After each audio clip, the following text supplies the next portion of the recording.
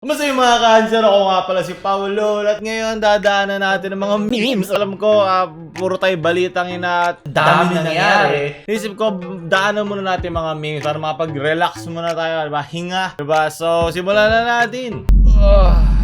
You can't defeat me, I know, buddy. Patay! Yari! Ito yung kay Leng versus Makagago, kay Tito Tulfo. Napanood nyo ba? Sobrang sukot nung interview. Parang pinapatagal siya. Siya, haba pa. Parang gusto ko na matapos alam mo yun, parang kung walang drama, wag na, diba? Kaya lang naman tayo nanonood na, diba? Para sa drama wala naman drama at imposible yung magka-drama. Yung mismo doon pala sa post yung unang post pa na yun, nagpatulong ang isang vlogger na napapanagot ng social media influencer na naninira sa kanya. Intern sa Tulfo, parang napagbaliktad mo. Yung vlogger dyan si Makagago at yung social media influenza si Ate Mong Leng. Imposible nagsabi nito from Zenitsu na babay kay Makagago. Imposible, ano ba? Marami na nakukuha mga comments sa sinasabi, Paulo, sunod ka lang kay Tulfo, hehehe. Nangyari na to dati doon sa teacher, kung naalala nyo. Hindi porket ikaw yung unang parang kinall out nung isang tao, ikaw yung mali. Siya yung unang nagsumbong sa kanya, siguro siya yung mali. Doon nga, tulad nung kung napanood yung video, sabi, hindi ko pwede pakita kasi magagalit na naman Tito Tulfo. Patay! Yari! Pareho silang mali doon. Una sa batas, yung ginawa ni Makagago. Pangalawa, sa mata ng netizen, yung ginawa ni Leng. Pero di ba tulad sinabi ko doon sa dati ko video, kaya hindi ako magpapatulpo ni Tita Leng kahit panoorin niya yan. Take your time, man. Kasi hindi naman niya against sa batas. Sobrang libelous pa nagsabi ka na may scandal tong taong to. Or may ginawang krimen tong taong to. Nilalagyan mo ng criminal action yung tao. Pag sinabi mong pangit ka, kadiri ka, okay lang yun. Kasi kung hindi yun, okay. Diba? Sana lahat tayo ay kinasuhan na ni Marlu. But that goes within the rights of free speech. Kasi kailangan mo muna i-unprove ang isang bagay para maging libelous siya. Hindi mo naman pwedeng i-unprove ang isang opinion Diba? Mahirap yun. May mga cases na oo. Minsan may mga factors like gaano katindi, gaano ka-extreme, gaano karaming beses, public individual ka ba? Diba? Itong mga taong naglalabang, yung mga public individuals, kaya rin nauso yung mga diss tracks, kung naalala nyo, kasi mas mahirap i-disprove sa korte na bumaba yung reputasyon mo dahil doon. Kasi pag mas lalo kang sumikat dahil doon, mas mahirap siyang i-factor in. Hindi siya lagi 100%, pero syempre, bakit ka papasok sa isang kaso na alam mo may chance ang matalo ka? At yun ang ginawa dito ni Leng. Alam niya may chance dito manalo Di ba? Sinabi rin ni Tito Tulfo na may 3 daw na gustong tumulong sa kanya ng mga lawyer. Yung ganun. Alam ng mga mismong lawyer na pag ito nilaban ni Leng, mananalo sila. Sobrang libelous na mga statements na yun. So, mas pinagtripan ko yung konsepto ng clothing line kesa kay Leng. Kasi si Leng, syempre, na biktima lang naman siya ng pangangailangan niya. From Paul Andrea, Poria, sobrang awkward. Ang sukot talaga. Alam mo ba yung sabihin ng euphoria? Natatawa ako na nasasaktan. Euphoria, for you. Okay. Usapan nila. Magandang nice font nga pala, Paul. Very good. Sunod. Nakita ko na pala yung sinasabi ni Leng na parang fake news sa kanya. Isa tong parody account ng Rappler. Alam nyo na yun kung alam nyo na. At ngayon nagtatago muna sila. Siguro natakot sila since na-call out yung kanilang page. Baka ma-report sila, ma-unpublish sila. Siyempre natatakot silang mawala yung kanilang pinaghirapang fake news. Natatawa lang ako sa mga comments na walang kaalam-alam sa batas. Hindi porket iba opinion mo sa isang bagay, ayaw mo sa ila. Pag makita ka ng opinion mo, pwede ikakasuhan ka na, Paulo, sunod ka sa tulad. Ang pinaka nanalo doon sa pagkita nila at ni Makagago ay yung clothing line. Minsan may mga conspiracy theory pa ka na baka binayaran nung may toyo si Leng para i-push to kay Tulfo. Ewan ko, tapos naman So, basta ang pinaka nanalo tayo ito si Toyo. Yung siya ang pinaka nagkakakuha ng libreng marketing dito. So, mayroong mga factors na kailangan mong i-fill in para masabi mong libelous or pwede ka makulong sa isang bagay. At yan, tama ka dyan, Kwek Dalisay. Easy content sa lahat. Lahat dito ay kumita at sumikat. Diba, kita nyo naman, nag-trending number 1 si Makagago at si Tito Tulfo. Ulit, diba? Yan ang pinakamadaling content dito. Drama lang ang gusto ng mga Pilipino dahil boring ang mga buhay namin. Ano ba? From Jetcho Torrefranca.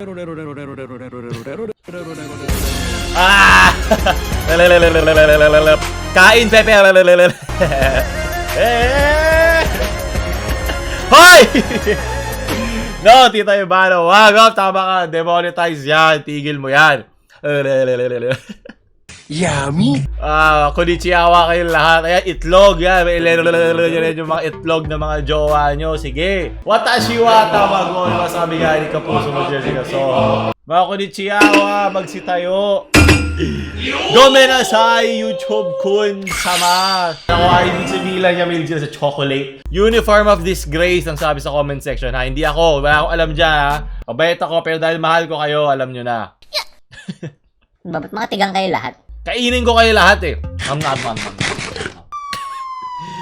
Oy, Pampamilya tayong channel. Mga hayop kayo. Masarap kainin ng balat. Pwede mo rin buksan yung balat. Di ba? Para dilaan mo rin yung mani. Sarap! Pwede na rin ba ako magka-clothing line? So, alam yan. Ni Pepe, ni Dr. Jose Reza. Alam niya. Sa trabaho, pa mag-socialize, pa magpapakita sa mga relatives niya na okay ang kanyang buhay, kahit hindi at Tinder, syempre, para makahanap ng mga dalagang Pilipinang yeye. From kliyente. Tara naman tayo sa coronavirus na yan. Pwede ba nCoV na lang? Kasi coronavirus, meron na niyan. Kailangan may nCoV kasi yun yung novel coronavirus. Yun yung ngayong klaseng coronavirus. Yun yung strain ng coronavirus na wala pa tayong panlaban. Sunod, before bats. Hoy, ang sabi nila, di ba, yung ano daw yan? Snake daw? Ang sabi nila ito, hindi lang naman yung pagkain ng uncommon na hayop ang nagsimula, no? Kasi kung iisipin yung H1N1, galing sa isa sa mga pinaka-common na kinakain natin, mga baboy. So, hindi necessarily kailangan galing siya sa mga hindi common kainin. Medyo racist lang ibang tao. Yun, speaking of mga masarap kainin, di ba? Pride, di ba? Sarap ng pride at ang toyo ng mga babae. Sakto, perfecto ini-encapsulate nito ang nangyari sa Tulfo doon kay Leng at mga gago. Sunod! Naglalaro pa ba ng PUBG? 20k likes, maglalaro tayo ng PUBG. Shit. Nga pa naalala ko. Yung kamakailan, di ba, namatay nga pala si Kobe dahil sa isang doon sa helicopter crash. Alam mo, malayo na yung narating mo sa buhay pag yung mga tipong taong hindi naman nagbabasketball ay kilala ka. Example ako, nakiki-Kobe rin ako nun. Hindi mo ako nagbabasketball, tumigil ako, nagkasalamin ako around mga high school. May mga taong kilala yung pangalan mo kahit hindi naman yun yung trip nila. So, rest in peace, Kobe. Wala naman may gusto noon. Pero ang hindi ko nagustuhan ay yung mga lecheng taong tulad nito, nalalagay yung Twitter username mo at magpapaka-woke ka. Pwede na ako nagtaka dahil nasa Twitter ka. Gusto ko yung gagawa ka inspirational quote, lalagay mo pa yung tao na matay para makalibreng share ka at ma-plug yung walang kwenta mong user handle. Okay? Walang may pake. Okay? Hindi mo yan unang naisip. Sobrang cancel ng Twitter. Ito yung isa tong Twitter virus to eh. So ito yung isa pang klase ng pa-woke. Kasi tapos na lahat ng mga January natin, dami nangyari. Love ourselves. Coronavirus, paano sa pagmahal mo sa sarili yan? Kapabayaan niya ng ibang tao. Diba? Bakit ikaw? Layo di ba? Love others, World War II. Love others sa Iran at Amerika lang yan. Love our nature, ang layo dahil kahit mahalin mong nature, walang pake ng nature sa'yo. Pag ba niyakap natin yung bunganga ng Taal Volcano tsaka yung mga wildlife sa Australia, hindi sila aapoy.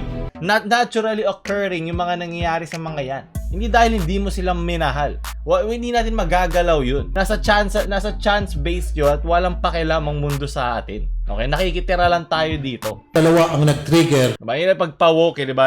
Nasasama yung ibang hindi naman kailangan isama. At magaling, Twitter. Hindi mag-iiba ang tingin ko sa Twitter na cancer sila. Sunod, yung dumating na yung mystery box. Nako, galing din dark web yan, diba? Dark web unboxing. Ang naunang plague dati sa Pilipinas. Hoy, joke.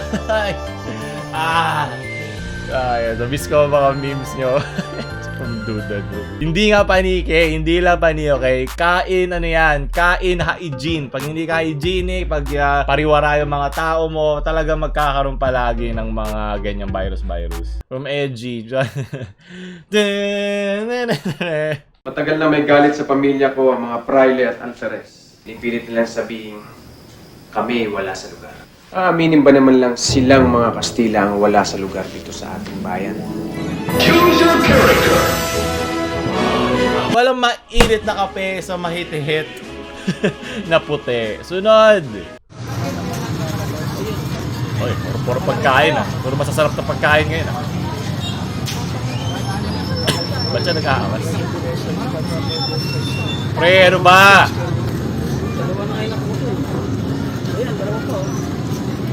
Mukhang nakailang pande siya si kuya. Ang angas niya, totoo. Tawag kang pulis. Tawag kang pulis. Pulis din ako eh. Tawag kang pulis. Pulis din ako eh. Di ko bakit sa mga tao naggaganito. Alam naman nila may mga tao nag-record. Hangal!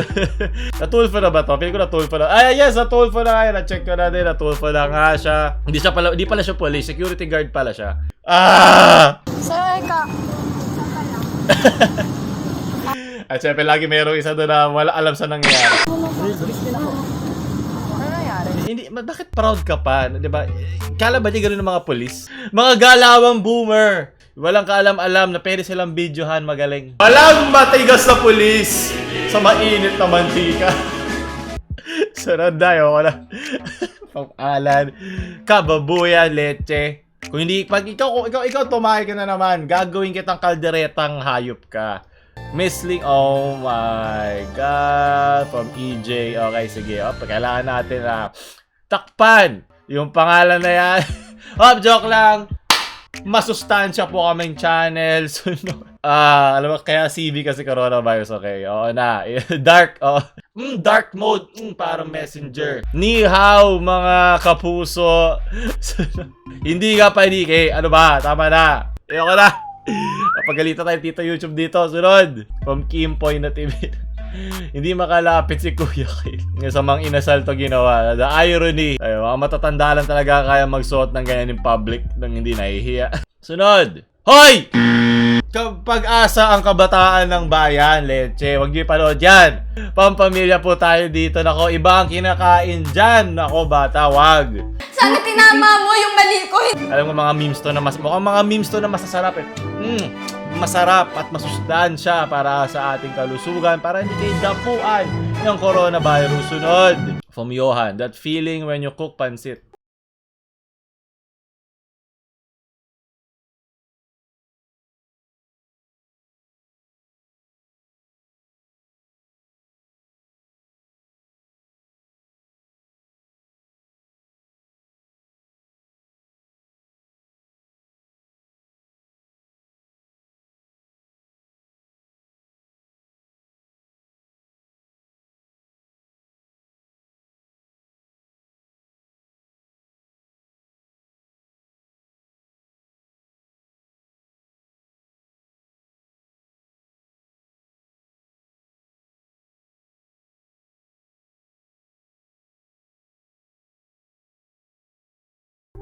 At mukhang literal puro pagkain. Ginutom mo lang ako. Akin na tong video. Sunod. Tama na. Lero. Okay, tama na. Tapusin na natin doon. Ayoko na. Masasabi sa mga nanonood. Nagustuhan nyo ba? Ako, nagutom lang ako sa mga pinakita nyo. Like, share sa mga kagutom nyong friends. At huwag nyo subscribe. Paulul!